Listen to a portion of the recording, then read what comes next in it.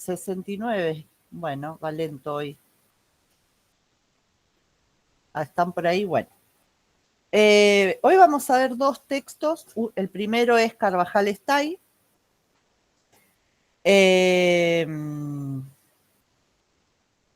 Son 3 autores, pero bueno, ese es el más.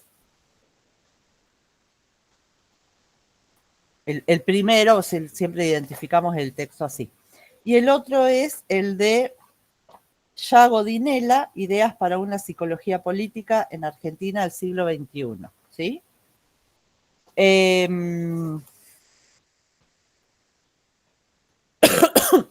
No me acuerdo en qué orden estaba. Primero me parece que sale Dinela, profe, en el cuadernillo. Bueno, listo. Porque los tenía dado vueltas. Bueno, Dinela, Sinabil.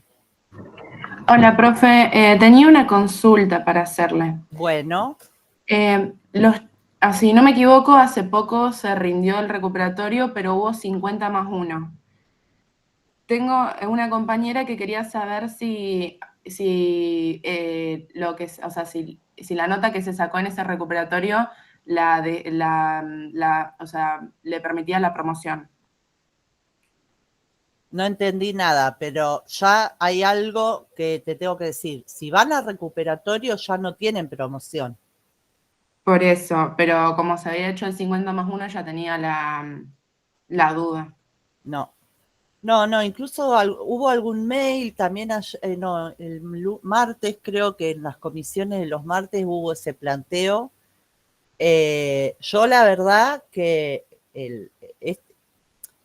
esta forma de esta disposición del 50 más 1, más todas las disposiciones y cómo se está manejando la facultad, no está bien.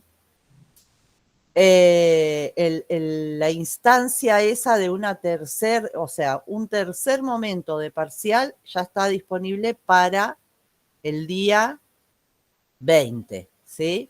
Si desaprobaron el parcial y fueron al recuperatorio, ese pase ya los deja regulares y no en promoción directa. Promoción directa es para el que aprueba en primera instancia. Ok, buenísimo, profe. Sí o sí. Pero además está explicado en el programa.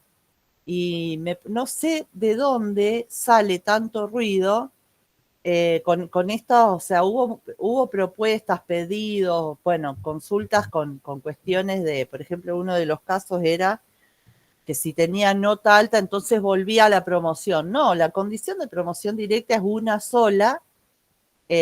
Al no aprobar en el parcial quedan regulares. O sea, no es que quedan libres o que después no pueden hacer si vuelven a desaprobar el 50 más 1. Quedan en condición de regular, que es la situación que se recupere para la cual se abren estas instancias. La promoción directa aprueba en la primera. Bueno, profe, era eso nomás. Muchas gracias. No, de nada. Bueno, vamos entonces con Dinela. Yo voy a hacer un recorrido del texto.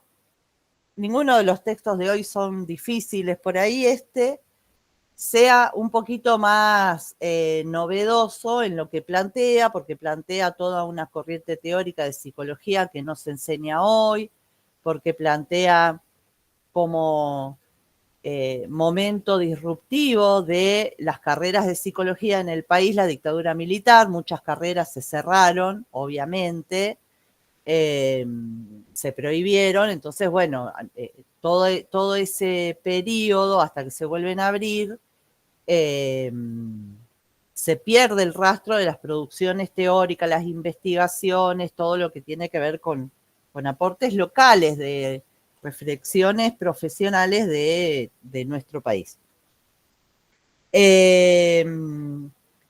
Entonces, por ahí tienen como un elemento nuevo para pensar en psicología esto de qué manera podemos pensar la producción de clínica, de casos, de análisis, de la idea de terapéutica, de sujeto, de subjetividad. dentro de lo que es la producción argentina, ¿sí? Eso es algo, un aporte que queremos hacer con este texto, y sobre todo porque piensa en, este texto es del año 2007, está hablando del neoliberalismo que vimos con Alemán y con Perry Anderson, del neoliberalismo que acá fue el menemato de los 90, pero sin dudas, y yo lo voy a tratar de explicar y de retomar, se aplica al tiempo actual, ¿sí? Sobre todo por una clave que la vamos a ver así al final, que es esta idea de que el Estado debe ser reducido en favor del mercado, porque el Estado, todo lo que venga del Estado es ineficiente, ¿sí? Esa es una de las ideas que nosotros trabajamos con Perry Anderson, y más con Perry Anderson que con Alemán, pero bueno, también que identificamos como neoliberalismo.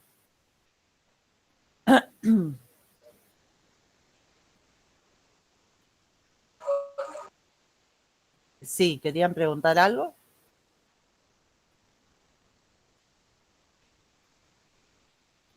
Bien, sigo entonces. Bueno, entonces, bueno, este es el escrito de se hace muchas veces que te invitan a un congreso, a un panel, a hacer un comentario sobre la obra de tal autor. Ahí queda claro que trabaja La psicología de la liberación de Ignacio Martín Baró. No nos interesa ese autor, sino lo que comenta justamente Dinela. Bueno, y dice, un problema, ¿no? El primer problema que identifica lo llama la desmemoria de la psicología. Ahí es donde explica esto que acabo de decir hay toda una porción de la psicología, de la producción en psicología de Argentina que está olvidada, que por eso dice la desmemoria de la psicología, estableciendo de entrada ya en el texto el modo en que hay toda una etapa de la producción propia nacional que se dejó de enseñar, ¿sí? Obviamente ahí es donde dice, bueno, en el medio que está la dictadura militar, pero bueno, luego tampoco se vuelve a retomar. Ahí dice, ahí les leo de la página 46. Hay una gran tarea por delante si pretendemos que la psicología latinoamericana, y acá ya les nombra esto, que seguramente no suelen escuchar en la carrera, digamos, la psicología, las corrientes teóricas tienen el nombre de las corrientes, qué sé yo, el psicoanálisis, lacaniano, o sea, ahí cognitivo-conductual. Hay nombres de teorías, pero es muy raro que encuentren esta idea de psicología latinoamericana. Entonces dice, hay una gran tarea por delante si pretendemos que la psicología latinoamericana realice un aporte significativo a la psicología universal y sobre todo a la historia de nuestros pueblos. A la luz de la situación actual de opresión y fe, fíjense, opresión y fe, represión y solidaridad, fatalismo y luchas que caracterizan a nuestros pueblos, esa tarea debe ser la de una psicología de la liberación. Ese es un planteo que tiene este autor sobre el cual va a comentar. Y sigue, pero una psicología de la liberación requiere una liberación previa de la psicología, es decir, una psicología que busque a un sujeto libre debe ser primero una psicología liberada. Y esa liberación solo llega de la mano de una praxis práctica comprometida con los sufrimientos y esperanzas de los pueblos latinoamericanos. Entonces, ya ahí lo que establece Dinela es algo que medio como que estuvimos dándole vueltas y nunca terminamos de decir, porque hasta ahora, salvo algunas notas aisladas, no habíamos hablado de la psicología, ¿sí? A mí me parece muy interesante este párrafo también porque lo que plantea es que la idea de psicología universal, como que la psiquis es una sola, el sujeto también, el ser humano también, entonces hay una psicología universal, no permite trabajar en el sufrimiento particular de un pueblo determinado, sobre todo los latinoamericanos, que no son los productores de las grandes teorías en psicología, que son todas hechas en Europa y en Estados Unidos. Se largó a llover con todo. Bueno, si tenemos problemas técnicos de luz y demás, no sé qué hacemos. Bien.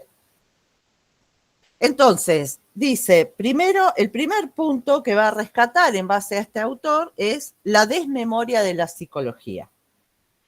Y ahí propone que hay que pensar una psicología política en nuestro margen latinoamericano. Ya vamos a explicar qué es política, ¿sí? ¿Por qué psicología política? Y dice, en el aquí y ahora del cono sur sudamericano, es decir, es un planteo muy ligado a lo que había dicho Tiapa en cómo hacer antropología latinoamericana, si se acuerdan, ¿sí? Ahí pueden hacer una relación con todo lo que planteaba Tiapa, con el eurocentrismo, con el colonialismo, y con, ahora cuando veamos sujeto también, con algunos textos de la unidad 2. El otro punto es justamente, sí, el primero es la desmemoria de la psicología y el segundo punto que reivindica de este otro autor es la psicología política. Que en la página 47 explica qué es lo que quiere decir, justo ahí donde está el título, la psicología política de Martín Baró aplicada, etc. Dice, mi tesis es que el quehacer de la psicología latinoamericana, salvada algunas excepciones, no solo ha mantenido una dependencia servil a la hora de plantearse problemas y de buscar soluciones, sino que ha permanecido al margen de los grandes movimientos e inquietudes de los pueblos latinoamericanos. Es decir, hay una psicología latinoamericana que no termina de cuajar en esos pueblos, en esos sufrimientos específicos de lo latinoamericano. Y para eso, él dice que es necesaria una una psicología política. En el sentido de que es una psicología vinculada, como dice al principio, a la hora de plantearse problemas y buscar soluciones, esos problemas y esas soluciones están basados en los sufrimientos y padecimientos y los malestares de los pueblos latinoamericanos, ¿sí?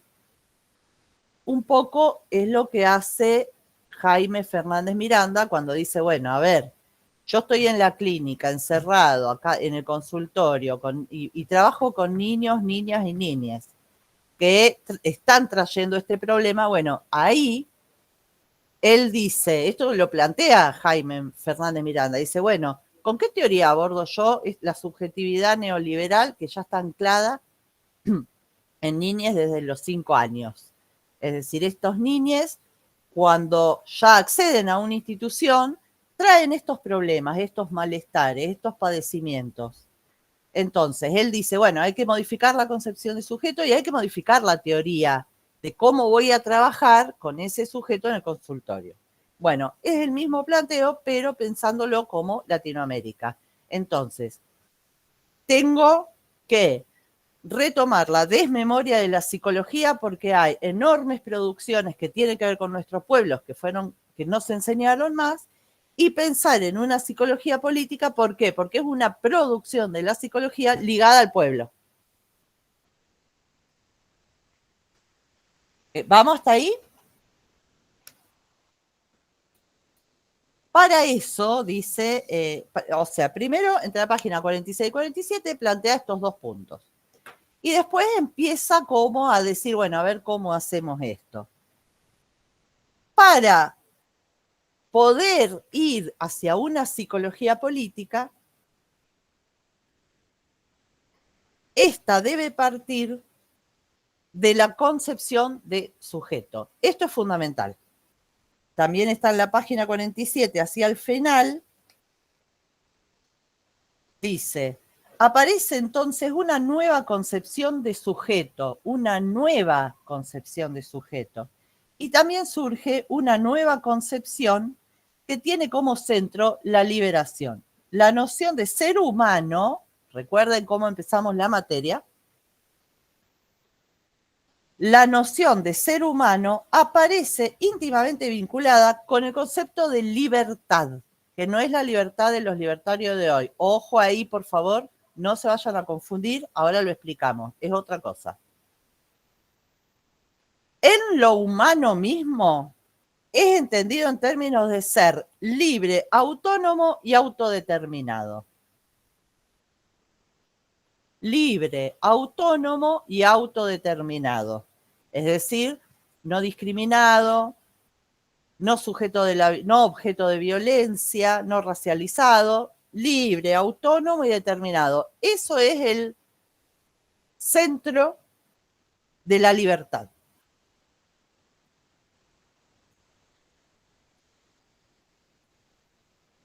Bien. Entonces dice, lo humano entendido en términos de ser libre, autónomo y autodeterminado, tiene que ser pensado a la hora de nuestra concepción de sujeto. Hay una tormenta, bueno, espero que tengamos señal.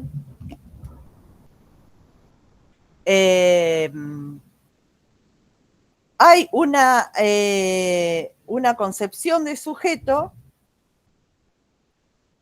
que tiene que tener en cuenta esta idea de cómo es lo humano. Y dice, el texto dice, bueno, vamos a aludir a dos cuestiones, pero después dice, bueno, y una tercera. Entonces, vamos a aludir a tres cuestiones, ¿sí? De la concepción de sujeto. Primero, superar la antinomia individuo-sociedad. ¿Sí?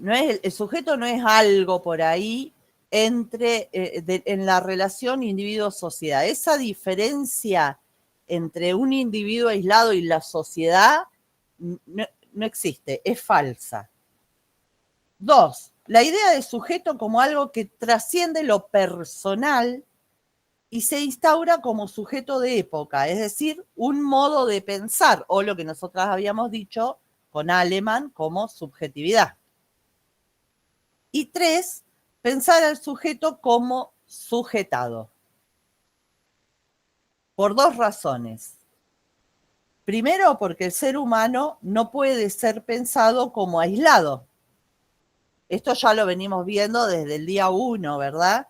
Ya que requiere de los otros para su supervivencia. Y la otra razón es que está sujetado en torno a aquello que lo sobredetermina, pero que es posible ir concientizando. A él encuentra acá una concepción de sujeto en donde la psicología puede trabajar desde una concepción política, es decir, abordar a ese sujeto como un sujeto que está sobredeterminado, es decir, pertenece a los mandatos culturales, a una época, a un modo de pensar, a estructuras sociales, económicas, políticas y sociales, pero puede reconocerse e ir haciendo consciente todos esos mandatos y atravesamientos que tiene de la cultura y la sociedad. ¿Se entiende hasta acá?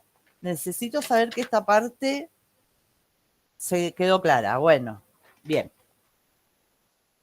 Entonces, ahí vuelve a pensar, dice, bueno, la psicología debe recuperar aportes teóricos de autores locales. Hay autores de Argentina o latinoamericanos que no se quedaron con explicar la teoría de Freud tal cual está, sino que intentaron hacer sobre esta concepción de sujeto ligado a su tiempo y a su sociedad, intentaron hacer una clínica y una terapia de la psicología más cerquita a el tipo de sufrimiento particular de estos lados del mundo. En la página 48 dice: esa psicología basada en la dependencia a las teorías provenientes del sistema dominante fue justamente la que borró la multidimensionalidad de nuestro viejo concepto de ser humano integral,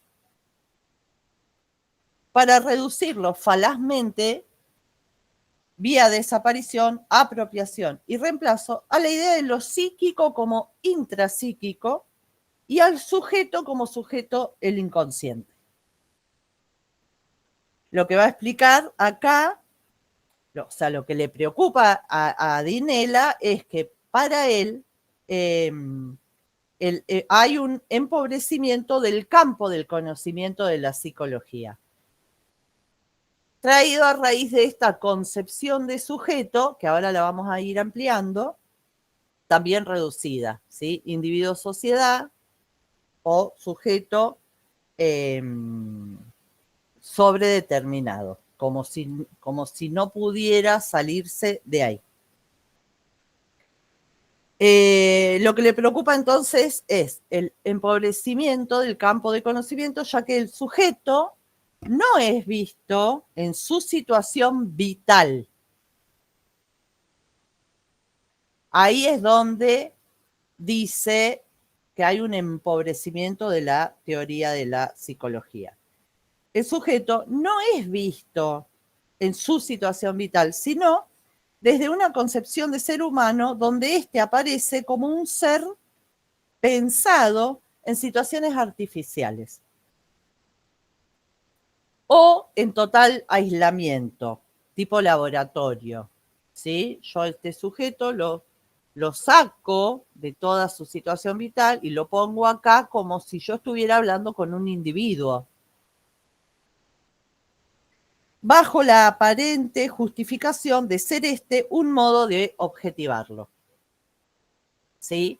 Como que si yo separo a ese sujeto y lo convierto en un individuo en el laboratorio, puedo explicar mejor a ese sujeto.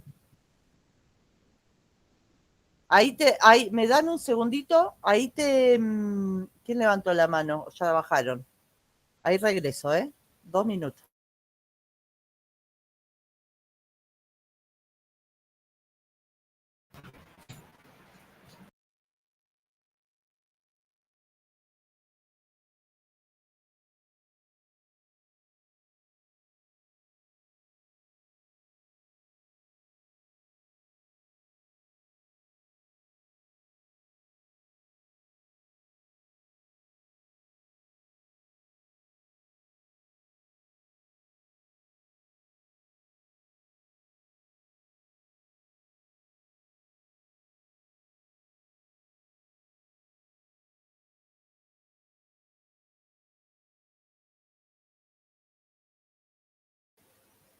Bueno, disculpe.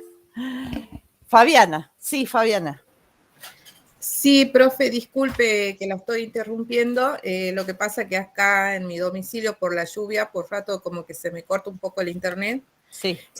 Quería hacerle una consulta por si se me corta o cortan la luz. He visto que en PETCO, pero en filosofía, nos dijeron que los días 12, 13 y 14 de la semana que viene hay paro docente en la facultad. Como nosotros tenemos el coloquio el 13, no sé cómo sería si se mantiene la fecha, el horario, todo. Fabiana, en plena interrupción del texto, yo lo voy a contestar después. Sigo. Bueno, disculpe. Entonces, lo que le preocupa al autor es el empobrecimiento del campo de conocimiento, ya que el sujeto no es visto en su situación vital, ¿sí? Sino que es visto como un individuo aislado de todo su contexto, y que ese aislamiento de ese individuo, de ese sujeto, se justifica como diciendo, bueno, de este modo es más objetivo la intervención, la clínica, la consulta, etc. Entonces, en página 48 dice: el psicologismo ha servido para fortalecer directa o indirectamente las estructuras opresivas, al desviar la atención de ellas hacia los factores individuales y subjetivos. Acá dice un montón. A ver, ¿qué les parece que quiere decir el autor acá?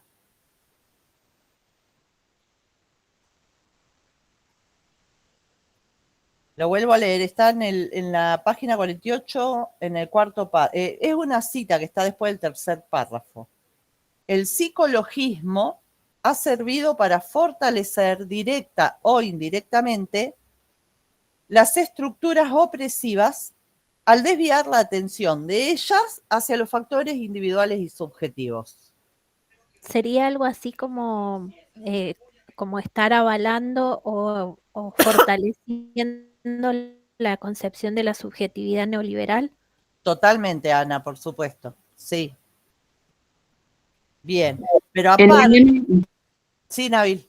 que lo relaciono con algo que decía en Alemán, esto de que volvía a problemas estructurales, problemas personales de la persona. Exactamente. ¿Qué es lo que hace el neoliberalismo? ¿Sí? El éxito es tu problema y el fracaso también. Pero aparte, fíjense que Dinela acá mete algo como más general. Dice, más general, está muy bien el neoliberalismo, pero fíjense que dice: todas las estructuras opresivas en el psicologismo se desvía la atención hacia factores individuales y subjetivos. Entonces yo voy durante 10 años a análisis porque no logro conseguir el mismo puesto que un compañero varón en donde yo trabajo, o tengo el mismo puesto pero me pagan menos salario, y en una clínica, en este psicologismo en donde todo el problema es el sujeto individual, van a decir, bueno, a lo mejor el otro trabaja mejor, a lo mejor vos llegaste tarde, a lo mejor no sabés manejar bien el puesto. ¿Se entiende? Un ejemplo de Redburgo, chicas, por favor no lo repitan en otro lado. Quiero ser efectiva. No. ¿Se entiende ahí? Muy bien, pero muy bien. Esta es la subjetividad neoliberal. Así funciona la subjetividad. Tu problema no son las estructuras opresivas, son tus condiciones individuales. ¿Sí? A mí me pueden mandar tanto a hacer estudios para ver si tengo un problema neurológico o alguna etiqueta de diagnóstico de espectro y todo lo demás. Medicación, es decir, esa concepción de sujeto no va a una psicología política, va al laboratorio, al individualismo, es decir, hay consecuencias si en vez de trabajar como Jaime Fernández Miranda, que dice, che, ojo, acá el problema no es cada niño en sí mismo, sino esta ética neoliberal que dice a mí el otro no me importa. Esa cultura, ese mensaje da la cultura, no está dando otro mensaje. El niño está inmerso en ese mundo, en esa época. ¿Verónica? No, profe, fue sin querer. Ah, Disculpe. bueno. ¿Estamos hasta acá? ¿Cómo viene armando el planteo y cómo este texto, cuando lo lean, si es que todavía no lo leyeron, van a encontrar resonancia de todo lo que estuvimos leyendo hasta ahora? Un texto como este, que parece muy fácil, sin los elementos que estuvimos viendo antes, no se puede leer. Por eso es tan difícil el primer año, por eso es tan difícil que ustedes tengan que soportar que no demos conceptos cerrados y definidos de sujeto, de cultura. Por eso el camino que hacemos en la materia es ir armando los escalones para decir, bueno, cuando llegamos a este texto, recién acá podemos interpretar con los elementos que tuvimos anteriormente.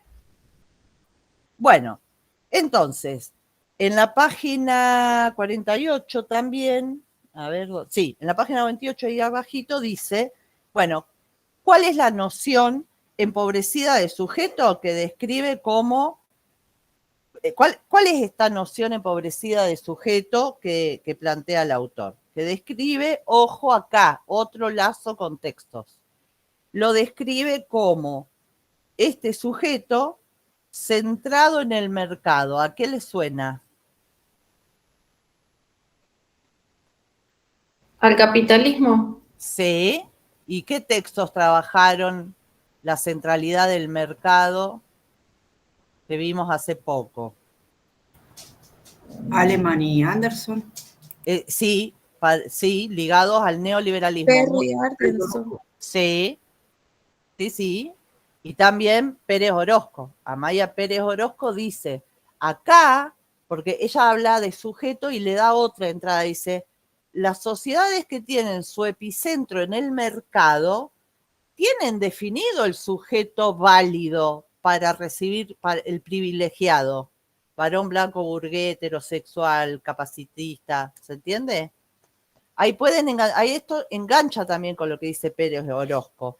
Esta noción empobrecida de sujeto la describe como centrada en el mercado. ¿Por qué? Este sujeto es asocial, no es un sujeto colectivo, no es un sujeto histórico, no es un sujeto histórico.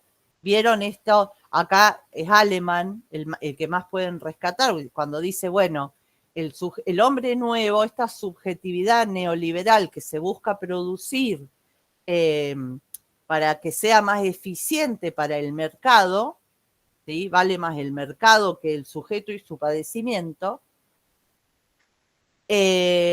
busca que no tenga, que no se piense como un sujeto que pertenece a un colectivo determinado, con luchas históricas y con toda una historia que le da una profundidad desde donde se puede defender mejor.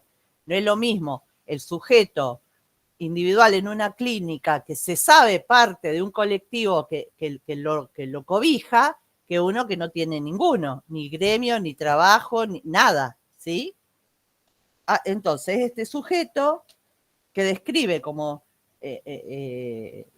válido para el mercado es asocial, ahistórico, se lo observa siempre como un ser desafectivizado, ya está, se lo observa de ese modo, y la negación del papel del contexto político. Estos son los 4 puntos que hay en la página 48, el autor pone como la noción empobrecida de sujeto, como las 4 características básicas de esa noción empobrecida de sujeto.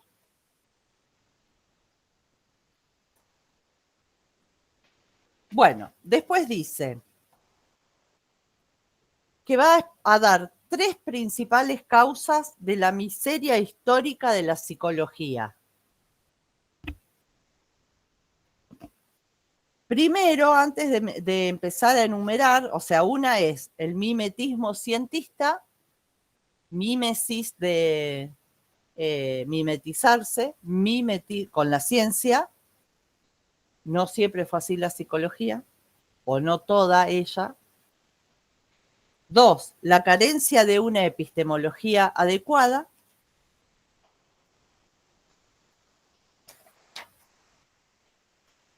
3, enormes dificultades para comprender el comportamiento solidario.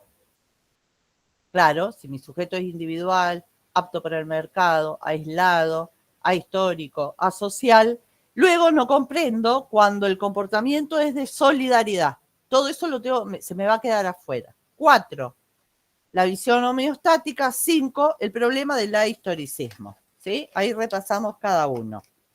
Pero para marcar estos 5 puntos, que son los que él dice son bueno, dice 3 principales causas y después terminan siendo más. Hace esto 2 veces, pero bueno, son 5. Las causas de la miseria histórica de la psicología, el primero introduce un concepto que es medio incómodo, que es el de manipulación.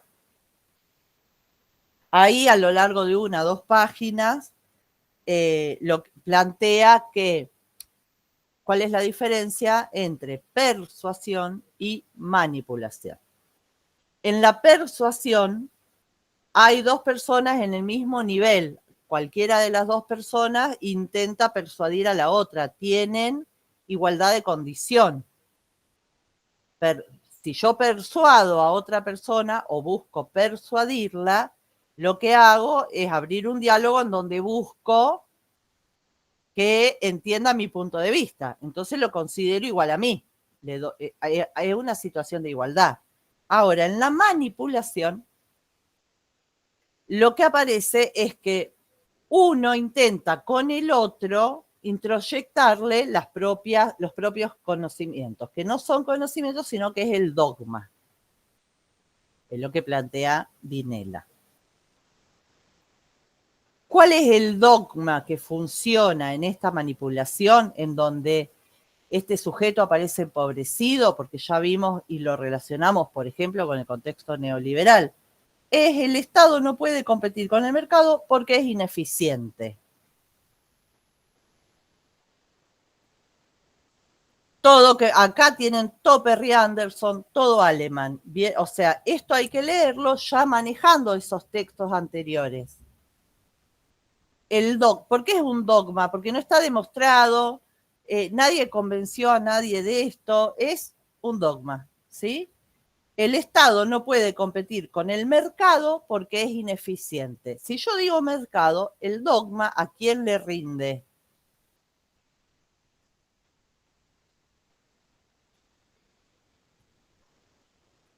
¿Al Estado, profe? No, si el Estado no puede competir con el mercado. Al mercado. A la estructura de poder. Entonces, Dice ahí el texto que el dogma que se estableció es que como el Estado es ineficiente y no puede manejar nada, digamos, sí, los que salen beneficiados de esa manipulación por este dogma son los empresarios, porque ellos sí saben cómo tienen que manejar las cosas y también cómo tendrían que manejar las empresas del Estado. exactamente, por ende al capitalismo.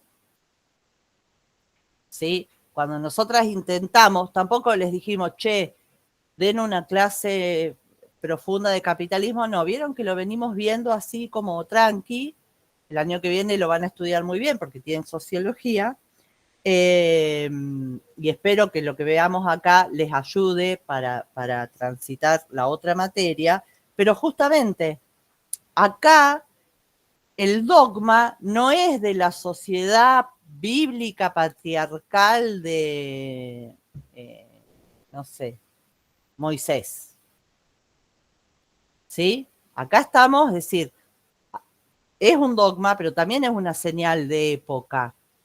Y si el mercado debe avanzar por sobre el Estado como regulador del mercado, entonces neoliberalismo.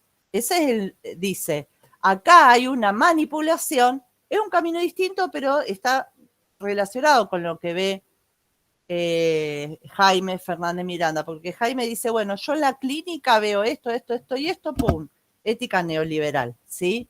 Yo lo que me parece a mí es que el malestar de la cultura, cuando veo esta clínica que me toca ver hoy a mí, que no la vio Freud, no la van a ver, ojalá Dios quiera, en el futuro, tiene que ver con la ética neoliberal. Y lo que está diciendo Dinela es, bueno, los dogmas que aparecen cuando alguien quiere introyectar una posición de ideas al otro, no convencerle, sino en una relación de subordinación, subjetividad neoliberal. Es decir, yo busco manipular.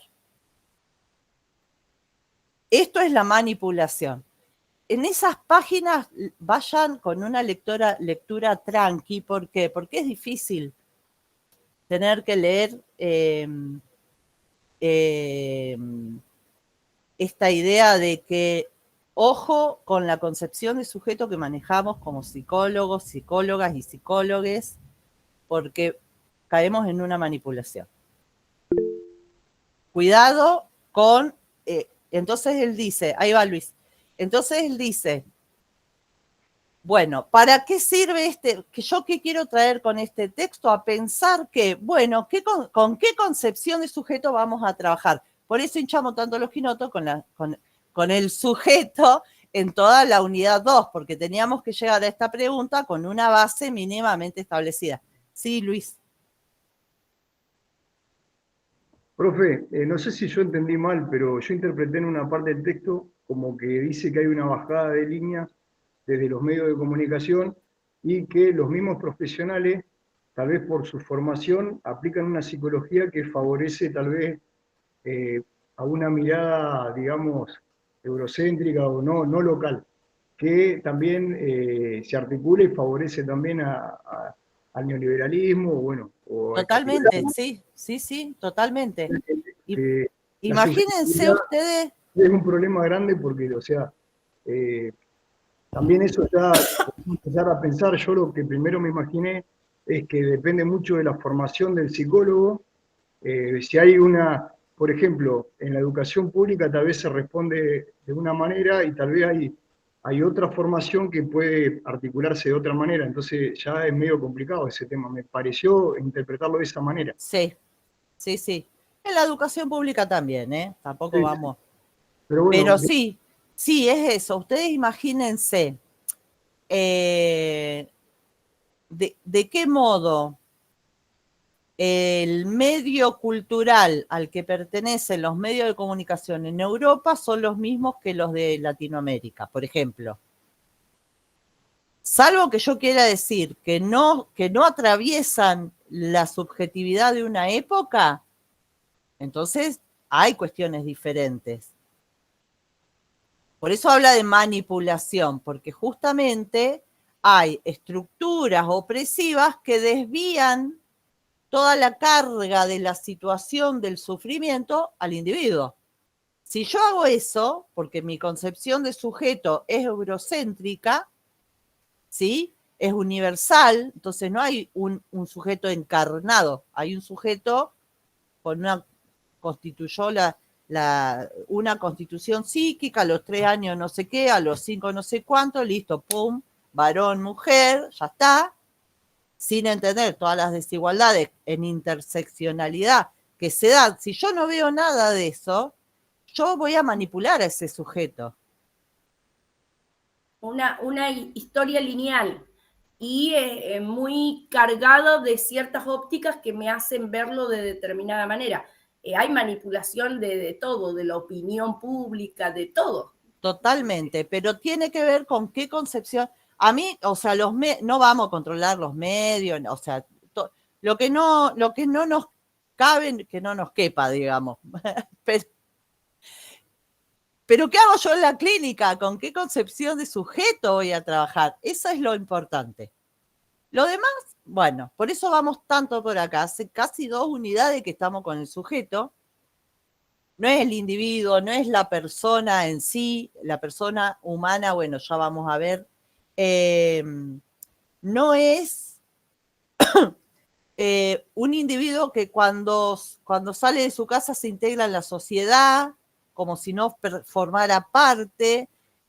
Bueno, eso. ¿Qué concepción de sujeto? ¿Por qué? Porque el psicologismo también manipula. Porque traslada un dogma, ¿sí? Eso es lo que está diciendo este autor.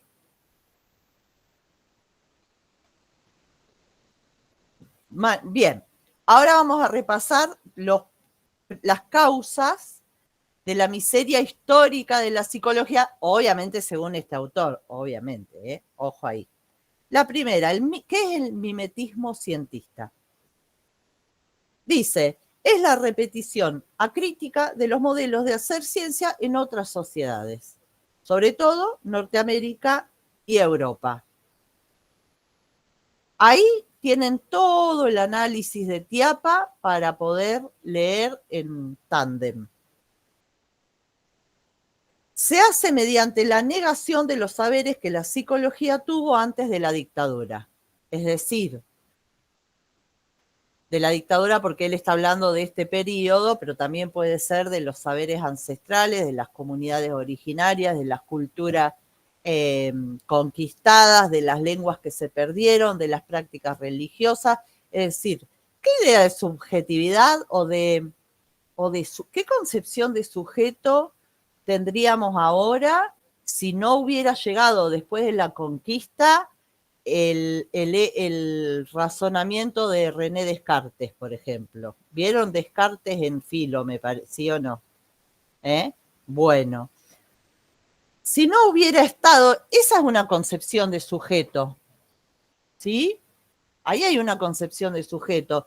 ¿Qué establece? Bueno, algunos somos sujetos, otros no. Por eso cuando Dinela empieza, dice, ojo, concepción integral de la humanidad para poder cambiar la concepción de sujeto que tiene la psicología ahora, porque la que tiene es pobre. No es latinoamericana, no es política, no es comunitaria, manipula y tiene un dogma para trasladar. ¿Se entiende ahí? Entonces, mimetismo cientificista se mimetiza con los modelos europeos que son inaplicables, porque acá ese sujeto no se constituyó.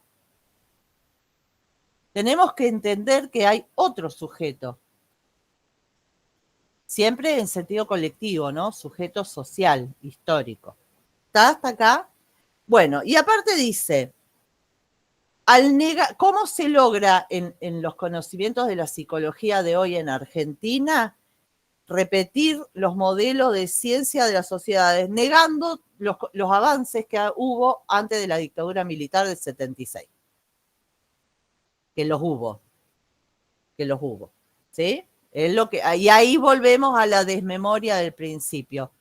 ¿Por qué no estamos estudiando todo ese conocimiento? Pero después, después puede decir me gusta, no, me interesa, no, como todo, ¿no? Pero ¿por qué no están? Punto 2. Carencia de una epistemología adecuada.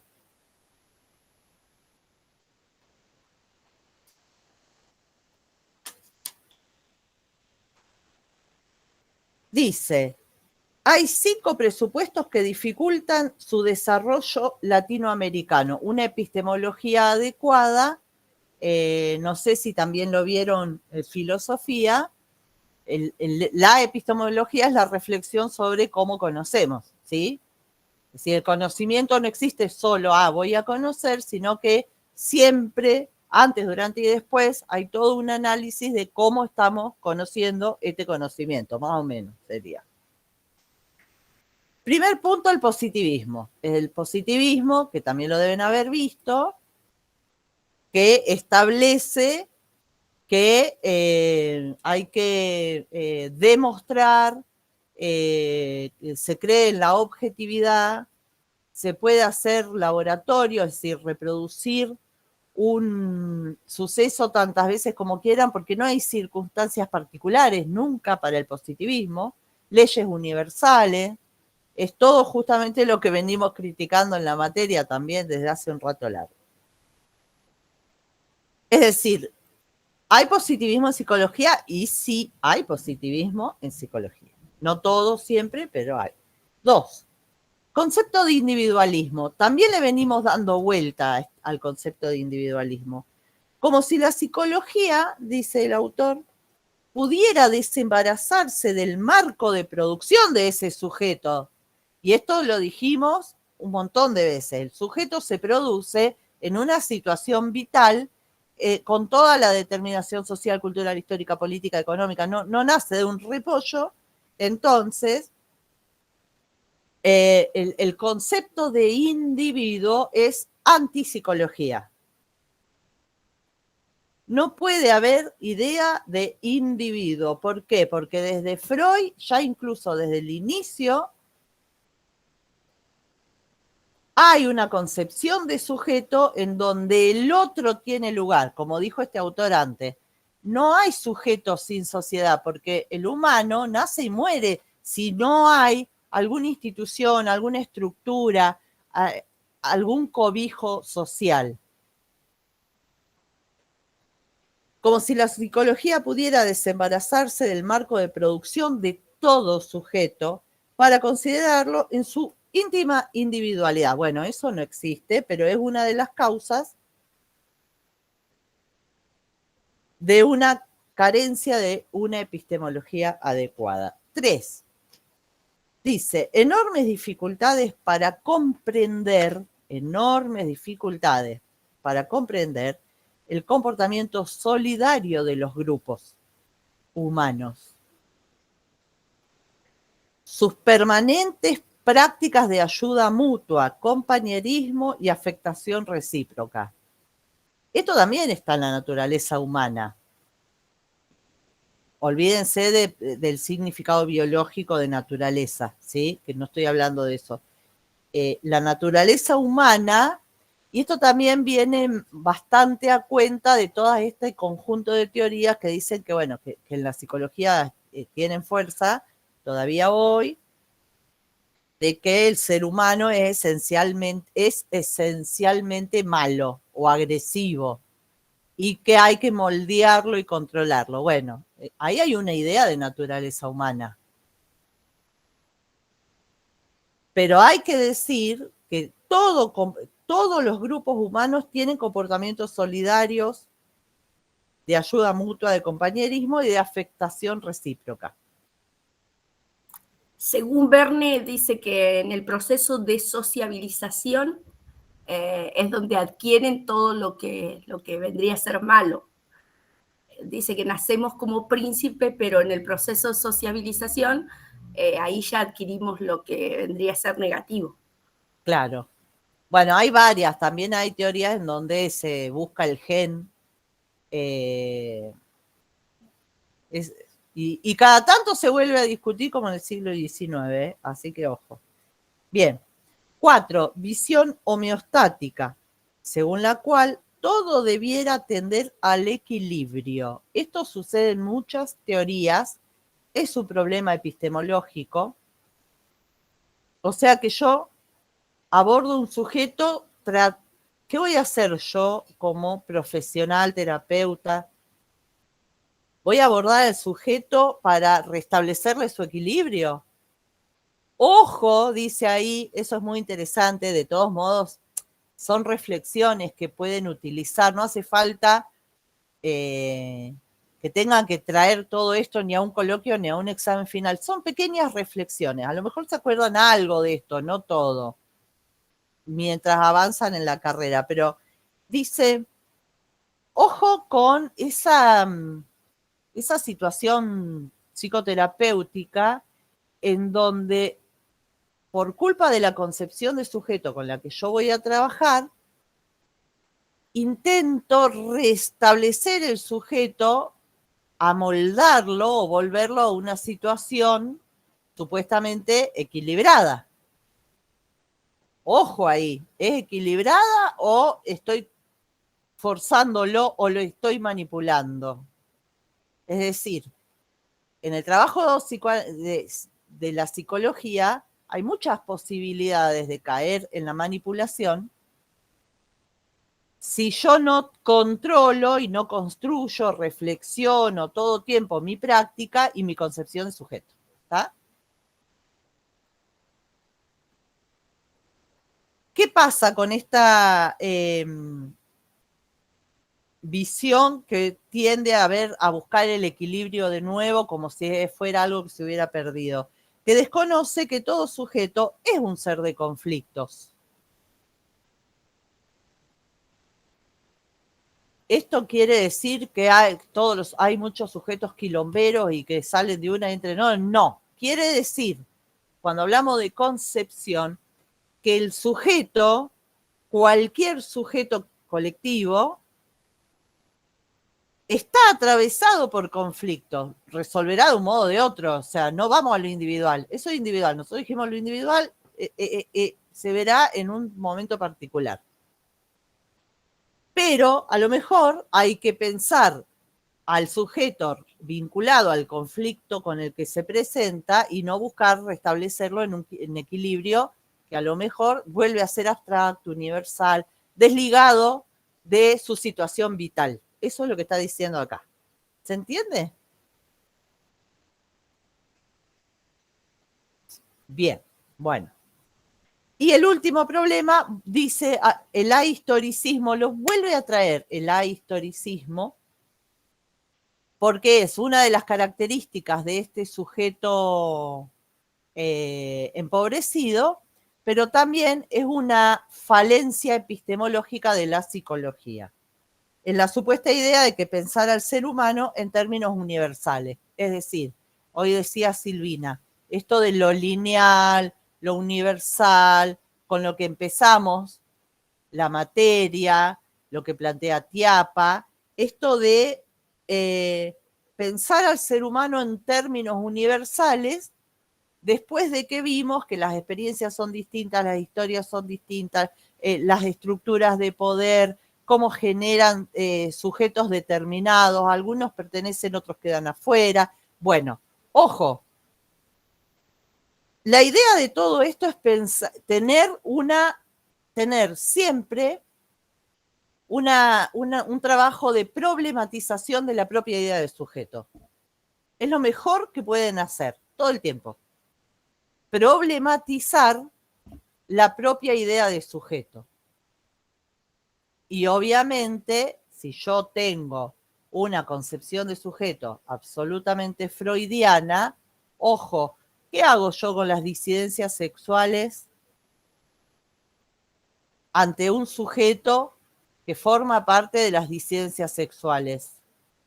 ¿Qué le voy a decir? ¿Que tiene que volver al equilibrio porque está desviado? ¿Qué voy a...? Ojo, porque eso en una intervención, ha pasado, no digo que todos, incluso hay gente como Jaime Fernández Miranda que rescata la teoría freudiana y ayorna. No digo que hay que tirar a Freud por la ventana, digo que hay que poder, lo que dice Jaime Fernández Miranda, modificar la teoría, ¿sí? Por la época y por lo latinoamericano. Para que bajo el volumen de la clase, ¿verdad? Ahí está. Listo.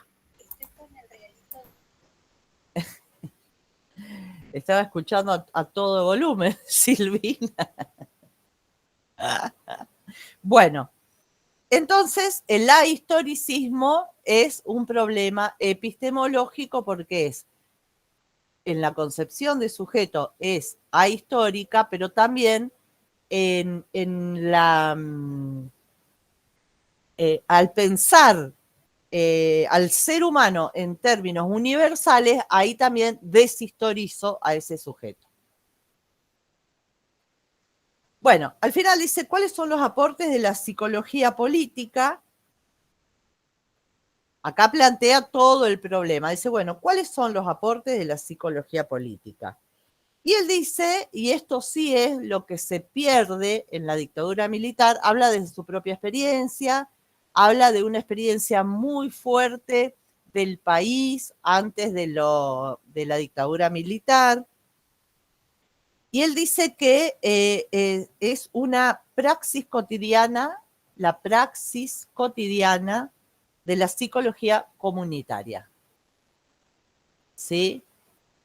Espero que puedan tener excelentes clases de qué es la psicología comunitaria y puedan retomar esto más adelante en la carrera, pero bueno. Muestra varios casos, los enumera, después los pueden leer con tranquilidad, muestra varios casos en donde esta psicología sistematiza procesos de participación en investigaciones locales, como propone Tiapa, porque es la única manera de, no solo de no ser eurocéntrico, sino también de encontrar al sujeto particular, no universal. En investigaciones locales, la psicología comunitaria, ¿qué observa? Procesos de participación. Es genial.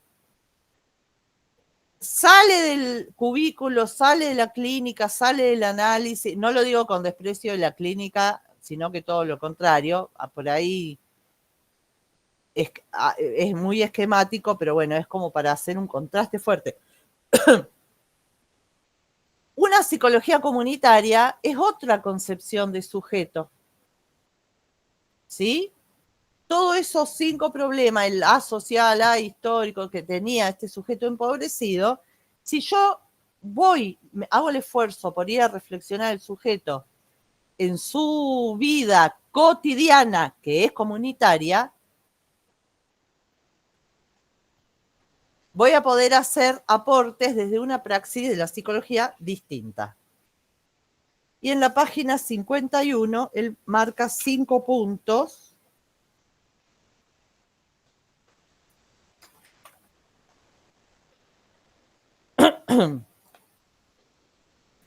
Dice al final, ¿no? En la página 51. La psicología política encuentra sus posibilidades de realización en la praxis cotidiana y concreta de la psicología comunitaria.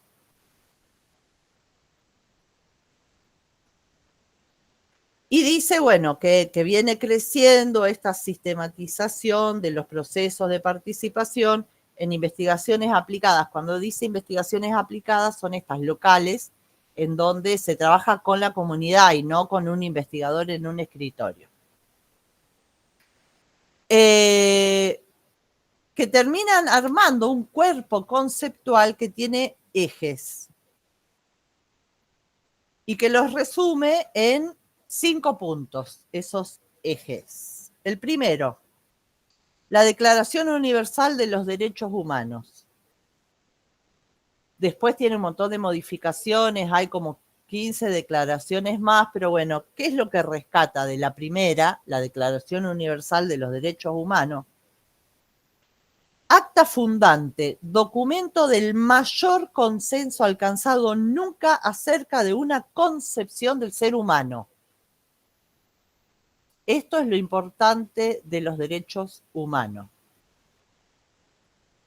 Sin privilegios, sin ni discriminación de ningún orden, raza, color, sexo, idioma, religión, posición política, origen nacional o social, posición económica, nacimiento o diferencia de cualquier otra índole. Conquista de la humanidad, bueno, después dice que surge, obviamente, es después del nazismo, la Declaración Universal, pero le da un valor importante porque dice, bueno, es un consenso para decir qué es la humanidad que total, que muy logrado, con gran alcance. 2. El realismo marginal latinoamericano, que se establece como concepción de referencia frente a las imposiciones económicas y culturales. Vieron que ni bien decimos latinoamericano, tenemos que hablar de imposiciones de las sociedades desarrolladas. Obviamente, subdesarrollado, tercer mundo, excolonia, esa relación geopolítica de desigualdad, que es lo que planteaba Galeano ya desde el comienzo y Hervey también, afecta la concepción de qué es lo latinoamericano. Por eso nos cuesta decir qué es lo latinoamericano. Imposiciones económicas y culturales de las sociedades desarrolladas y al que vemos como forma económica y política generada tanto por la dependencia impuesta por el modelo de desarrollo, eso no lo alcanzamos a ver, pero modelo de desarrollo está en Gudinas y Acosta en ese texto, impuesta por el modelo de desarrollo dominante, la corrupción y la impunidad, como por su cultura, que provocan la consiguiente pérdida del goce de los derechos humanos. Es decir, este nivel de dependencia geopolítico que es histórico, que por ejemplo, si sabemos que latinoamericanos o que las culturas americanas no conquistaron Europa, sabemos quién es el que recibe imposición cultural y económica, ¿no? Bueno, eso afecta y genera la pérdida del goce de derechos humanos. No está tan garantizado como en otros lugares. para revertir dicha situación en pro de la obtención de mayor justicia social, en aras del progreso para elevar el nivel de vida de los habitantes dentro del concepto más amplio de libertad. Entonces acá dice, bueno, supuestamente el ser humano, la concepción de ser humano es ser libre, autónomo y autodeterminado, como dijimos al principio. Llegamos al consenso de que la humanidad es una sola y que no tiene que haber discriminación, o sea, que todos son iguales, pero no hay acceso igualitario a los derechos humanos y tampoco hay experiencia igualitaria de la libertad.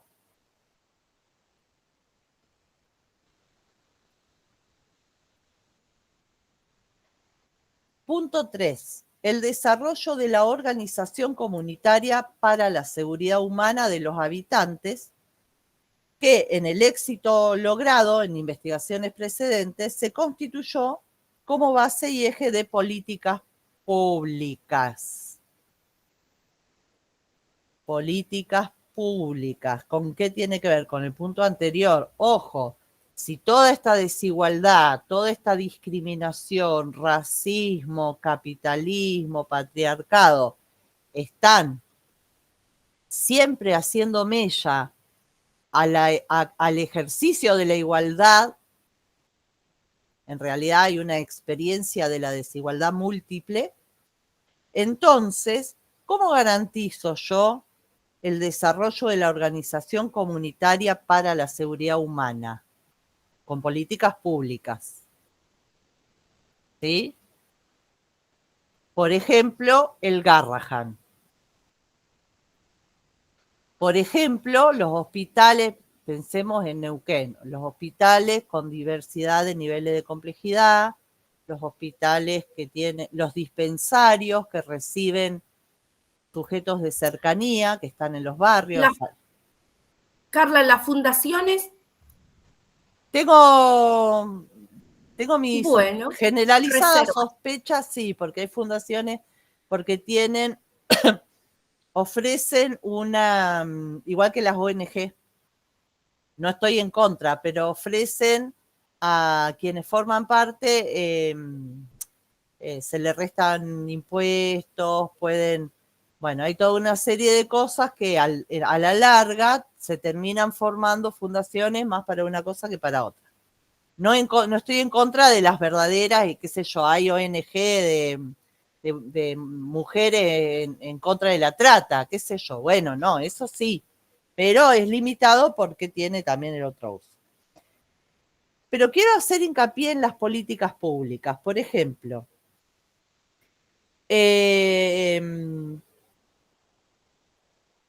la salud mental, ¿sí? Que luego vamos a salir de este concepto porque Dinela justamente plantea, bueno, el psicólogo no está solo para pensar la salud mental. ¿Por qué? Porque no podemos separar eso de la situación vital de los sujetos que participan en comunidades, ¿no? Pero más allá de eso, primero, la salud mental es carísima. Es totalmente, mala, buena, criticamos, no criticamos, es totalmente inaccesible. Entonces, como se cree que es también como un lujo de la salud, porque lo urgente que atiende el hospital es otra cosa, eso se fue cambiando, pero tampoco es que hay un espacio muy importante para salud mental en el hospital. Lo suelen trabajar mucho, sí, muchísimo, los trabajadores sociales que trabajan en los centros de salud, en las salitas chiquitas que recorren el barrio, psicología comunitaria. Ahí están trabajando enfermeres y trabajadores sociales. Y hay una concepción de lo desbordante que va directo a la medicación, y sino de la no urgencia, por lo cual se tiende a expulsar la consulta por salud mental de la salud pública. Entonces, son muy importantes las políticas públicas para hacer un abordaje territorial, comunitario, teniendo en cuenta el ser humano integral. Acá no importa quién puede pagar y quién no. Acá lo que importa es hacerlo. ¿Quiénes generan las políticas públicas?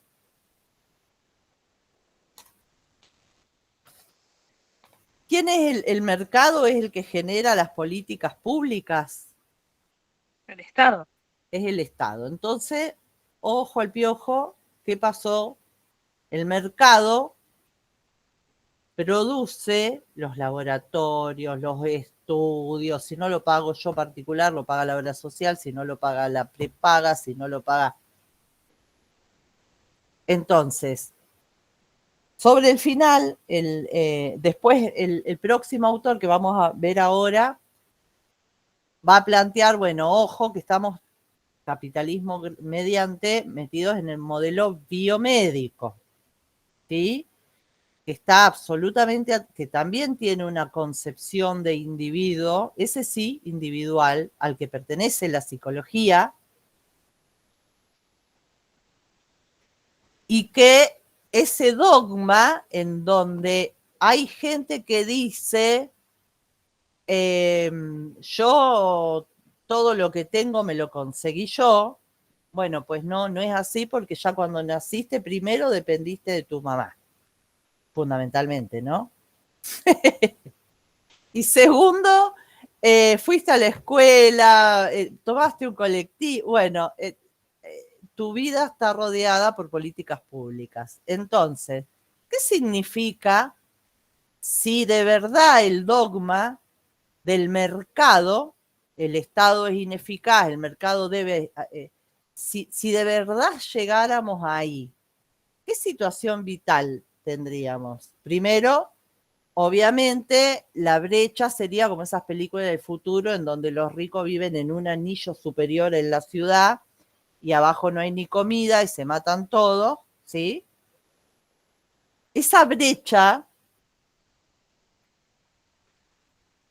de una estructura de poder como el capitalismo, esa brecha de clase siempre puede crecer. Siempre puede aumentar. Si yo justifico que el que tiene puede y el que no tiene que se arregle, puede aumentar esa brecha y puede aumentar a puntos que no, iba a decir que todavía no conocemos, pero no estoy muy segura. Bueno.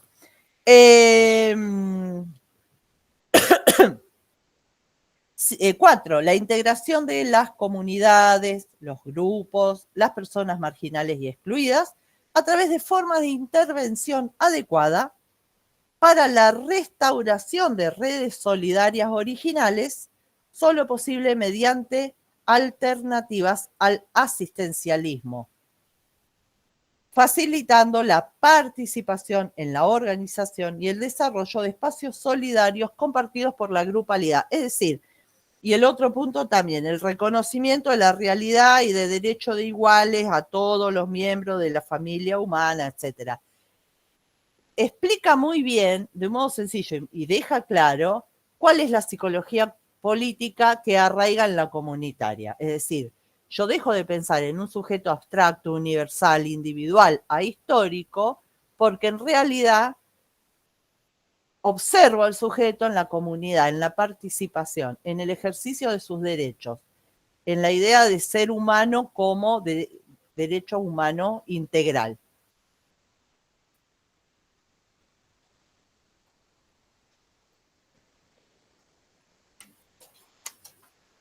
Bueno, después ahí hace un cierre, algunas conclusiones, pero más que nada, esto sería lo más importante de Dinella.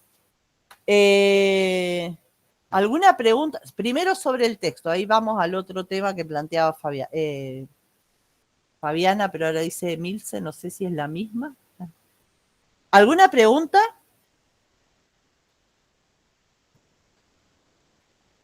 No, profe, yo por ahora no, gracias. Bueno, ¿se entendió? Sí. Bueno, buenísimo. Ahí los deditos. Fabiana, ¿estás por ahí todavía? Sí, profe. Ah, Sí. Fabián. Bien. Bueno. La semana que viene hay 3 días de paro. El 13 nosotras no adherimos, pero no adherimos por los coloquios. No se puede, no hay más mes, porque después si llega, después el 20, nosotras tenemos el tercer parcial, el 50+1, y después todos los grupos de coloquios. O sea, el 20 que luego tenemos que hacer el cierre de notas, no equivocarnos, juntarnos a ver las planillas, chequear y cruzar todas las docentes, la asistencia, si llega a surgir algún problema, esa última semana de noviembre la utilizamos para eso, todas las profes, y para dar consulta. Entonces, no podemos correr nada de la... Y después empiezan las mesas de examen.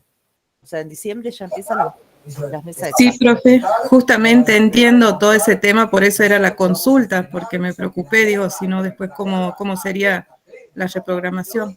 Lo había dicho hoy al principio, no me acuerdo si lo dije, me parece que lo dije el jueves pasado, pero no me acuerdo. Igual es verdad que ahora ya mismo hacemos un cartelito para Pedco y el canal de WhatsApp para que quede claro, porque ya hoy me llegó un mail con la misma consulta.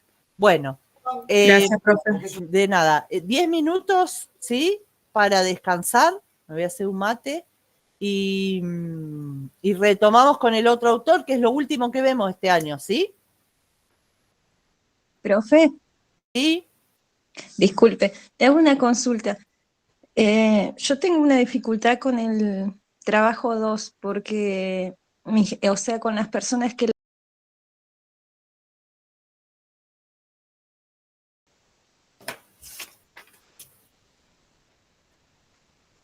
Bien. Bueno, vamos a pasar ahora al texto de Carvajal Stay.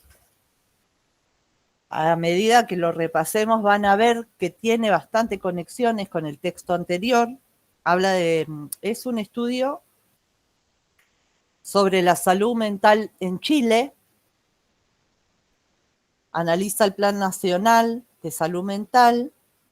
Y bueno, justamente es como poder ver un ejemplo de cómo la salud mental es una preocupación del Estado, que hay políticas públicas, que hay programas, que hay, bueno, toda una construcción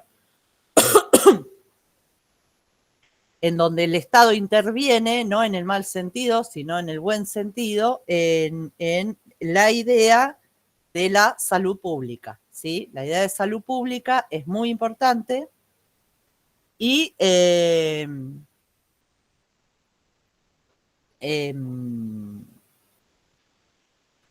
bueno, plantea varias cosas, pero bueno, lo primero que quiero reforzar es esta idea de la salud mental como un plan que un Estado generalmente organiza, que tiene que ver con el derecho a la salud, con la salud pública como ese espacio en donde se garantiza cierta idea de bienestar, muy generalmente los estados en relación a la Organización Mundial de la Salud, a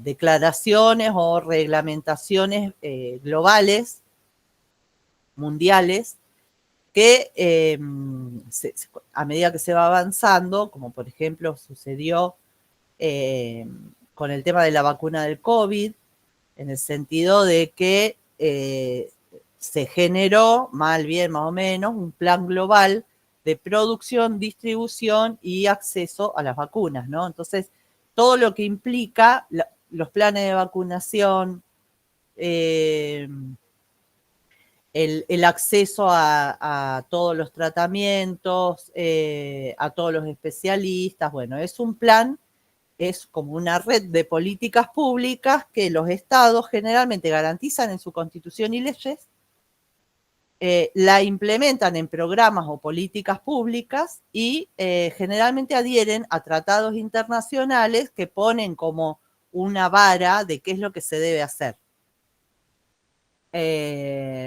Por ejemplo, bueno, de las vacunas.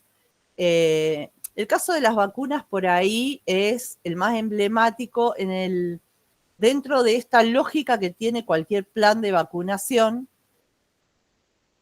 que es que tiene que cubrir a toda la población. ¿Por qué? Porque si hay una parte de la población que no se vacuna, es el segmento reproductor de aquello que se quiere erradicar. Entonces, cuando el plan es nacional y todas las naciones tienen un plan nacional llevado adelante por políticas públicas que garantiza el Estado, es la única manera de que un plan de vacunación funciona. La lógica de la vacuna es así.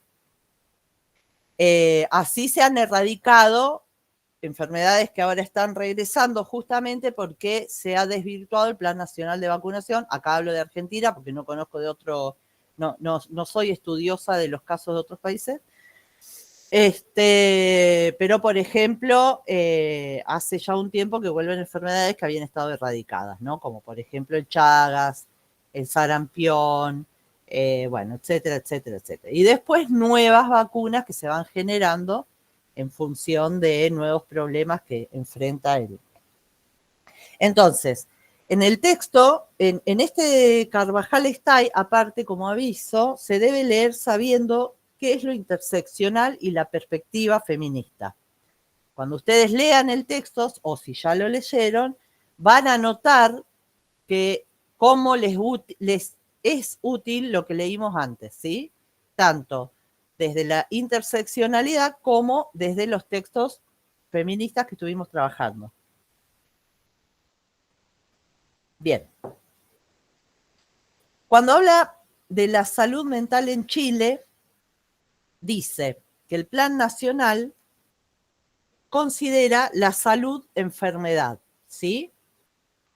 Esta idea de binomio, salud-enfermedad, viene de la Organización Mundial de la Salud, en donde la idea básica es que, bueno, que la salud se explica con la enfermedad y la enfermedad con la salud, que es imposible explicar por separado, qué es la salud, qué es la enfermedad. A partir del reconocimiento de determinantes sociales. Ustedes saben que aún el modelo médico hegemónico, el que existe, digamos, el modelo biomédico, que es profundamente individualista y biologicista, el modelo biomédico se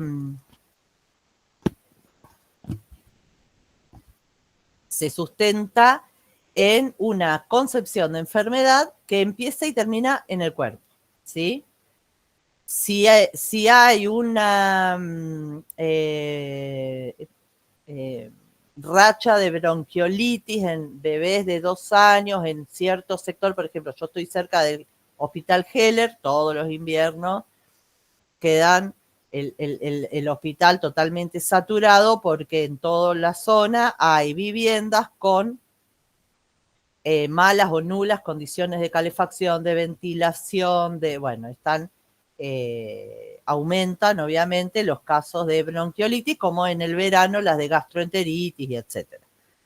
Entonces, el modelo médico ataca los pulmones, en el caso de los bronquios, en el caso de la bronquiolitis, y el sistema digestivo, pero no esa causa social de las enfermedades, pero las llama determinantes sociales de la salud y la enfermedad. Entonces, este autor trabaja el Plan Nacional de Salud Mental en Chile a partir del reconocimiento de los determinantes sociales. ¿Cuáles son los determinantes sociales que enumera? Sexo, género, nivel educacional, ocupación, origen étnico o racial, residencia urbana o rural. Esos son determinantes sociales en los procesos de salud-enfermedad, ¿sí? Y dice, y que suponen una interferencia en el bienestar de las personas, sus familias y comunidades, y es el resultado de políticas o programas ineficientes. acá está la otra cara. O sea, primero tenemos que defender siempre que el Estado tenga una red de programas y políticas públicas para garantizar el derecho a la salud, ¿sí? El mercado no garantiza el derecho a la salud. Ahí tiene que estar el Estado. Pero también sucede que se implementan políticas públicas ineficientes.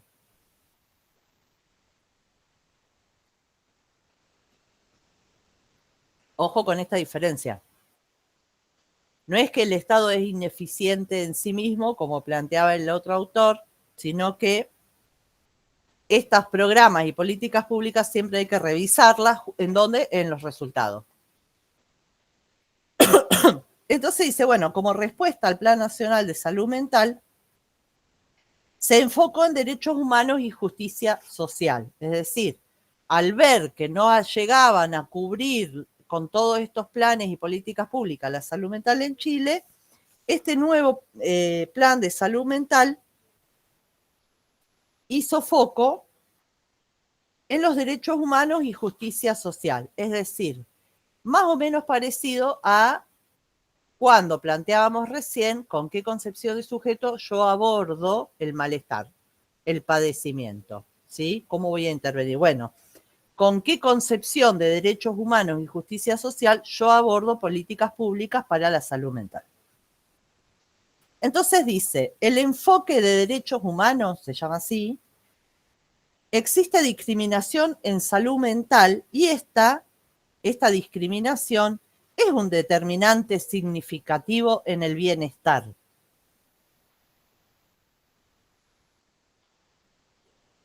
Acá, por ejemplo, pueden ver los planteos de Pérez Orozco y Gudinas Acosta también, en esto que, por ejemplo, Pérez Orozco explicaba como ese conflicto capital-vida, ¿no?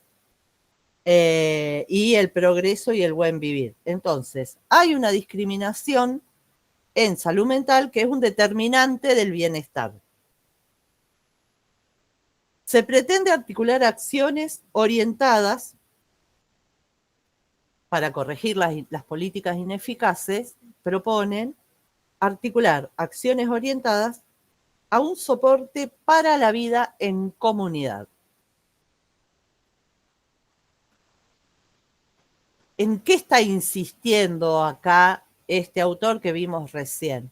Que el soporte de la vida, eso que vimos recién como situación vital, el soporte de la vida no puede ser el individuo. No existe. Si creemos eso, va a haber abandono de personas, porque aquel que no tenga esa participación, integración, pertenencia, va a entrar en el terreno de la exclusión. ¿Quién es el que va a buscar a sujetos para que no caigan en la exclusión? Las políticas públicas. El Estado, pero con un buen programa para el bienestar. ¿Cómo? Bueno, justamente sabiendo que el soporte para la vida es en la comunidad. El barrio, la iglesia, la familia, la escuela, comunidad, ¿sí? Hay diversidad en la forma de la comunidad.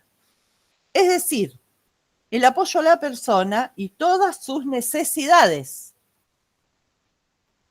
Vivienda, educación, trabajo y participación. Acá me parece que hay una concepción de salud mental, entendida como salud pública.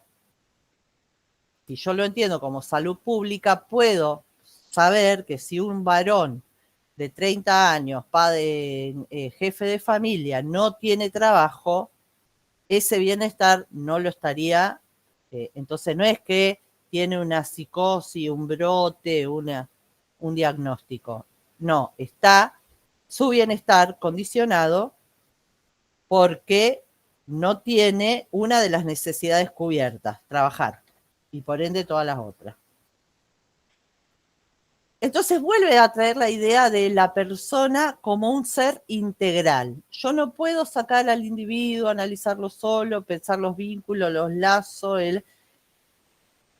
si no entiendo que el soporte de su vida está en esa comunidad en donde articula la vivienda, la educación, el trabajo, la participación, la religión, la política, la familia, etc.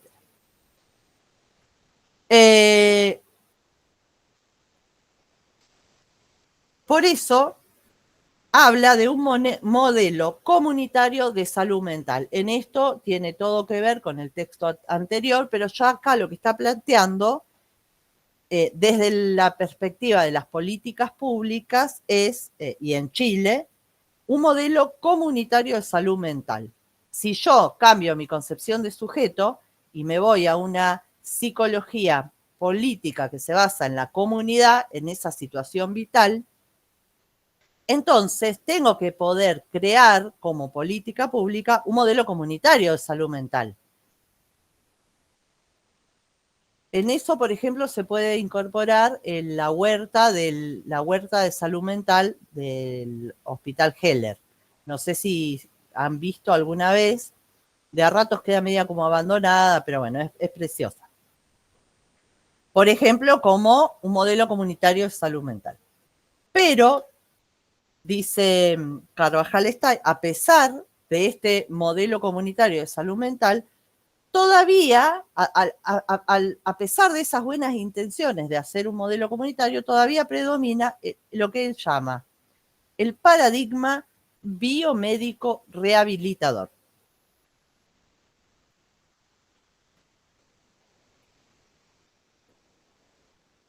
Paradigma biomédico rehabilitador en la práctica. También tiene que ver con el texto anterior, porque si la psicología política y comunitaria dejó de reconocerse como un aporte teórico y práctico profesional valioso para la psicología y no se enseña, obviamente en la práctica, cuando sean profesionales, lo que va a emerger es la otra concepción de sujeto, el otro modelo, y acá el regente es este paradigma biomédico rehabilitador. Este es un modelo reduccionista porque solo pone énfasis en lo neurobiológico. Piensa la salud mental como una salud física. No es que se las confunde, es que las concepciones son una basada en la otra. Lo que genera un paradigma de atención deshumanizado y coercitivo. ¿Qué significa coercitivo? Deshumanizado, sí. Deshumanizado tiene todo que ver con cómo empezamos la materia, es decir, si yo puedo discutir si los americanos son siervos por naturaleza o no, obviamente los estoy deshumanizando y por ende mi actuación con ese otro es en consecuencia, invado, mato, genocidio, etc. Y coercitivo por la fuerza, es decir, termino violentando a ese otro sujeto.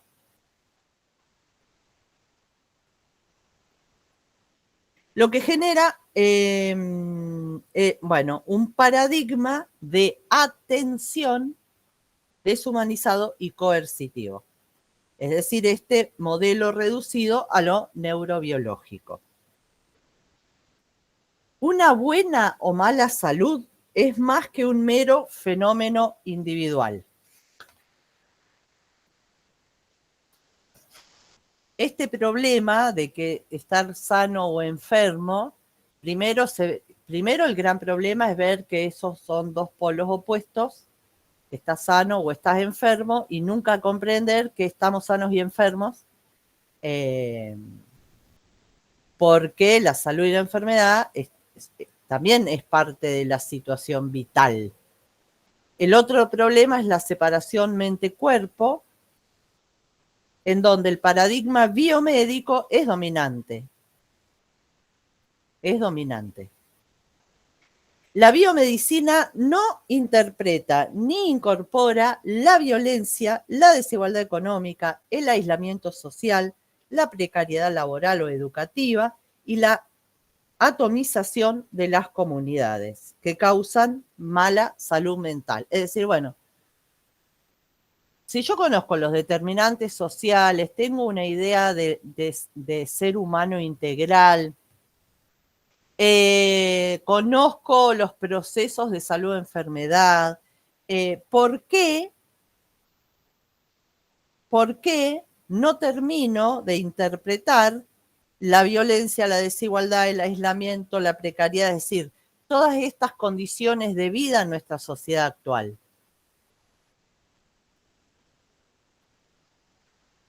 Y habla del modelo de Estado neoliberal. Acá, obviamente, por eso también machacamos tanto con el neoliberalismo, el sujeto, los dos modelos de Estado, etcétera, etcétera. Y plantea que el modelo de Estado neoliberal tiene limitaciones estructurales para un modelo de salud comunitario. Concretamente, si en el neoliberalismo el Estado, todo lo que es Estado es ineficiente y hay que cederle todo el rol central de nuestra sociedad al mercado y evidentemente voy a tener problemas para generar políticas públicas de un modelo de salud comunitario. Recuerden también el modelo de sujeto neoliberal, que se tiene que recortar de lo comunitario, de las tradiciones, de lo histórico, de la sociedad, etcétera, etcétera. Y la conclusión clara también es que no posibilita el ejercicio de derechos, es decir, dentro del modelo neoliberal, cada vez que tenemos periodos neoliberales, como ahora, totalmente agravados, acá tenemos un presidente que dijo que, bueno, que si vos podías elegir morirte, no hablaba de la eutanasia ni no ese plano filosófico, sino, bueno, si se tienen que morir, se mueren. Dentro de lo que fue la pandemia, hubo muchos discursos que decían, bueno, que se mueran los que se tengan que, antivacunas, discursos antivacunas, que sea que se mueran los que se tengan que morir, porque el aprendizaje de la sociedad era que aquellos que no se murieran iban a ser los que quedaran y eran los que tenían. Es decir, no hay idea de derecho acá. No hay idea de derecho. Si no hay idea de derecho dentro del campo de la salud y sobre todo de la salud mental, no hay forma de que se puedan generar políticas públicas para garantizar a quienes no pueden pagarse un tratamiento que accedan. ¿Sí? Claro, Carla, iba a decir eso justo, que el Estado neoliberal está en contra del Estado de bienestar y todo lo demás. O sea, las políticas públicas y todo eso va a quedar en la periferia y es el individuo, el sujeto, el que tenga y el que pueda. Acá entran también los discursos de meritocracia. Primero, la base de eso es creer que lo que yo conseguí lo hice yo. Yo podría decir, bueno, yo estudié, entonces tengo mi trabajo garantizado. Bueno, estudié en la universidad pública. Yo no pagué, salvo la fotocopia, y a veces ni eso, yo no pagué. Estaba a disposición con todos los docentes, bueno, el colectivo. No solamente el Estado, sino también esto de la solidaridad. Por ejemplo, si yo no tenía plata, porque cuando yo estudié fui una recontra muerta de hambre, si yo no tenía plata para comprar los apuntes, alguien me los prestaba, me los pasaba, me los conseguía, iba a la biblioteca, o sea, políticas públicas, pero también esta otra concepción del derecho, ¿sí?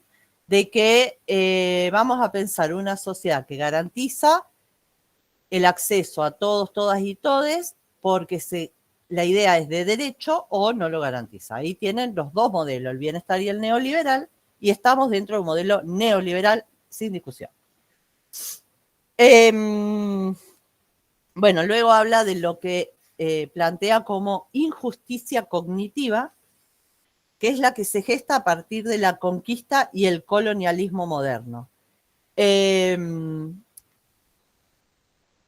poco, si quieren, se puede pensar como este eurocentrismo del que hablaba Tiapa, pero en realidad va un poquito más allá, porque pone la palabra injusticia. Como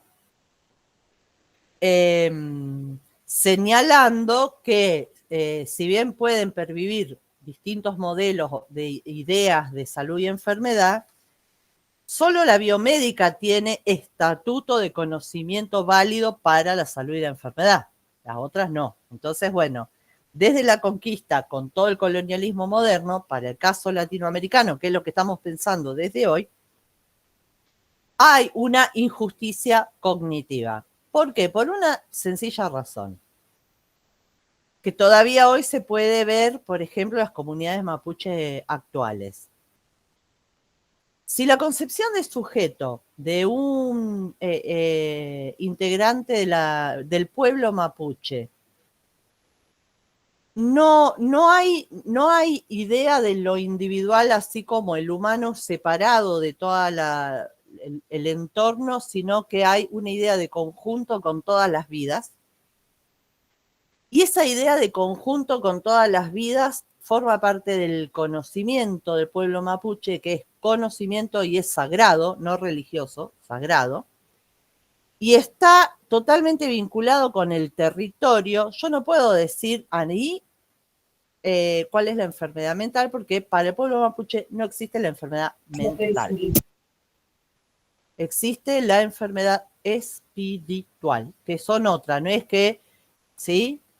Ellos tienen un sistema médico mapuche que identifica enfermedades, las explica origen y cómo tratar y genera sus propios tratamientos. Por ejemplo, una ceremonia. Yo a ese sujeto, si le digo, no, mirá, tenés que ir al psicólogo o tiene que ir al modelo biomédico, bueno, hay una injusticia cognitiva ahí. ¿Yo de qué bienestar voy a hablar en este caso? Si dijimos y salimos a decir que no se perforen a la orilla del lago Marimenuco porque se iba a derramar petróleo y no pasaron ni 2 semanas que se derramó petróleo, y el territorio es el sustento de ese conocimiento sagrado de todas las vidas del pueblo mapuche. Yo no puedo decir tomate un Trapax. ¿Está? Esa es la idea de injusticia cognitiva. Bien, les voy a leer en la página 33, cuando habla de epistemologías del sur. ¿Vieron que hoy decía Dinela cuánta falencia epistemológica había para la psicología? Bueno, acá traen un aporte a qué se llama epistemologías del sur para tratar todo lo que estuvimos hablando desde otro lado. Basado en esta idea de que la injusticia cognitiva es porque hay todavía un único conocimiento válido, que es el occidental. Entonces dice, la injusticia cognitiva, dice, a partir de la conquista y el colonialismo moderno, la injusticia cognitiva no comprendida en términos de capacidad mental, sino más bien entendida como la colonización de la operación del pensar, la manera de estar y de conocer el mundo por parte del occidente europeo a partir de una universalidad y exclusividad de conocimiento que se declara a la ciencia moderna. En que se declara a la ciencia moderna, la cual es desarrollada a gran escala en el norte global, pero que busca imponerse a todo el globo como el único conocimiento válido. Para superar esta exclusividad en el conocimiento, capaz que también lo vieron en Filo esto, no sé, capaz que no. No. Para superar esta exclusividad en el conocimiento, el autor propone la comprensión del mundo desde un conjunto de epistemologías que emergen desde el sur metafórico. Europa y Estados Unidos, productores de las teorías universales, son el norte, y en el sur están todos los países y continentes colonizados. América, África, Australia y Sudeste Asiático. ¿Sí? Entonces dice, bueno, ¿de qué manera podemos pensar un sur epistemológico que pueda valorizar y darle tanta importancia a su modelo cognitivo como al occidental? ¿Está?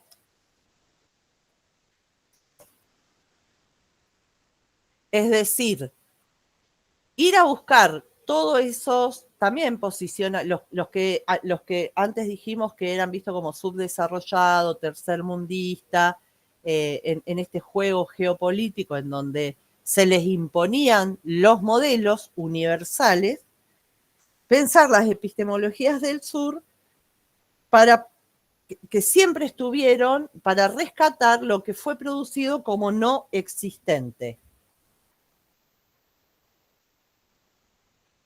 Un sur como resultado del sufrimiento sistemático ejercido por la articulación del capitalismo, el colonialismo y el patriarcado. ¿Sí?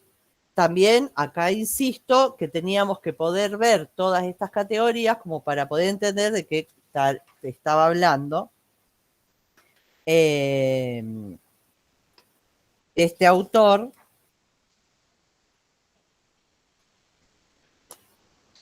Bueno, luego habla de la ecología de los saberes y traducción intercultural. Esto generalmente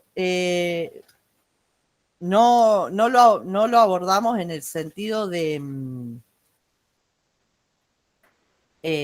pedir exactamente la categoría ecología de saberes y traducción intercultural, pero bueno, la idea es esta. La ecología generalmente siempre fue vista como un panel clasificado de ecosistemas, ambientes, que se buscaba resguardar, que eran sistemas organizados, que entonces las especies que vivían en tal nicho, digamos, toda esa idea como una cuestión meramente ambiental. Pero desde la epistemología del sur lo que se plantea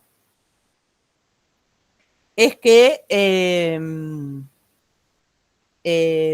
en cada uno de esos ecosistemas distintos habitaron, siguen habitando culturas o pueblos que se han relacionado con ese ecosistema y que han generado sus condiciones de vida en relación a un ecosistema determinado, o a dos o tres, depende del ámbito en el cual, del territorio que ocupan. Entonces, es importante, cuando se habla de ecología, sumar a esa idea los saberes pertenecientes a esos ecosistemas. Por ejemplo, la relación del pueblo mapuche con los piñones, con todo el conocimiento y clasificación de plantas medicinales que tienen de la precordillera y de toda la meseta, con los volcanes, la importancia de los volcanes como seres vivos que pertenecen al territorio del conocimiento y por ende a la ceremonia. Entonces, cuando se habla de ecología de saberes, lo que se hace es dejar de separar pueblo y ambiente, ¿sí? Antropología y geografía, y pensar cómo la gran mayoría de los pueblos colonizados, todo África, todas las culturas americanas, todo Asia, cómo han construido sus culturas y sus conocimientos válidos en relación a ese ecosistema determinado o ambiente que forma parte de la población, ¿sí? Entonces, dejar de pensar la ecología como flora y fauna de un espacio determinado y agregar a esa idea los saberes que el ser humano crea en relación con qué se puede comer, qué se puede, por ejemplo, las poblaciones de Chile ligadas al Pacífico saben construir canoas y saben pescar.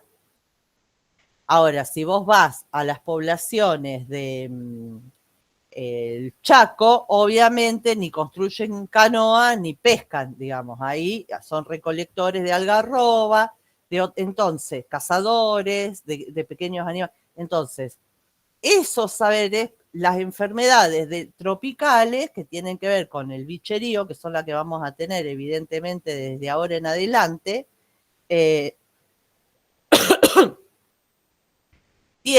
necesitan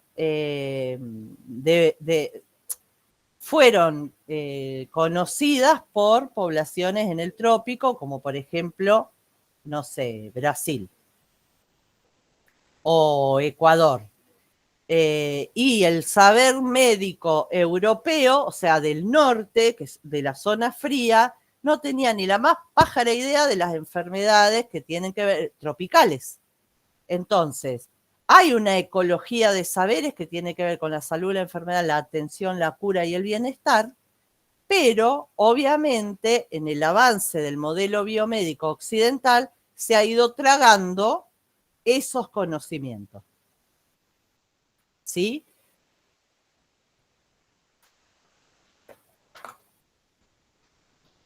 Estoy muriendo de calor. Bueno, la perspectiva de colonial yo la salteo porque no la doy. Pero bueno, significa nada más y nada menos, como ya lo había planteado Tiapa, que una vez superada la situación colonial típica y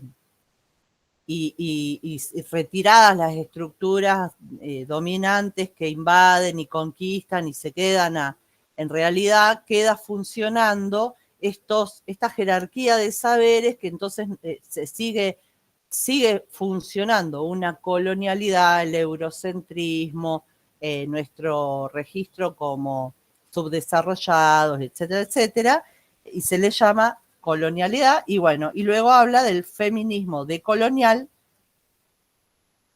que ahí tienen un par de comentarios que incluso está citada, pero bueno, ni siquiera está citada Ochi Curiel, que es una antropóloga dominicana que ustedes ya la habíamos visto, habla de interseccionalidad y tienen un video disponible, pero bueno, hemos visto, por ejemplo, la idea de revisar la categoría de mujer y su pretensión de universalidad. Entonces, bueno, también el feminismo decolonial, que estuvimos viendo, no con ese nombre, pero estuvimos viendo con las autoras del cierre de la unidad 2, que fue necesario también cuestionar la idea de mujer universal, y eso ustedes ya lo saben, tienen un par de hojitas que explica eso. Bien, ¿preguntas?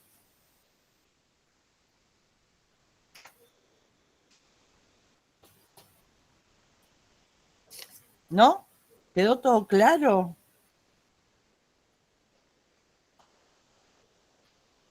Sí, bueno, yo acá terminé de explicar, así que bueno, aguardo si tienen preguntas generales o de los textos, y si no tienen preguntas, tienen libertad, autonomía y autodeterminación.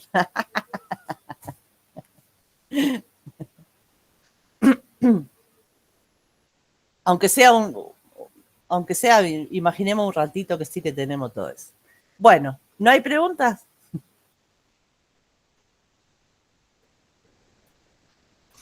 Profe, ¿esta es la última clase? Sí, porque ya el jueves que viene empezamos los coloquios y ustedes tienen, mañana se sube la consigna 2, la consigna ya la tienen, pero se sube cómo cada grupo va a entregarla, y el jueves que viene ya empezamos los coloquios.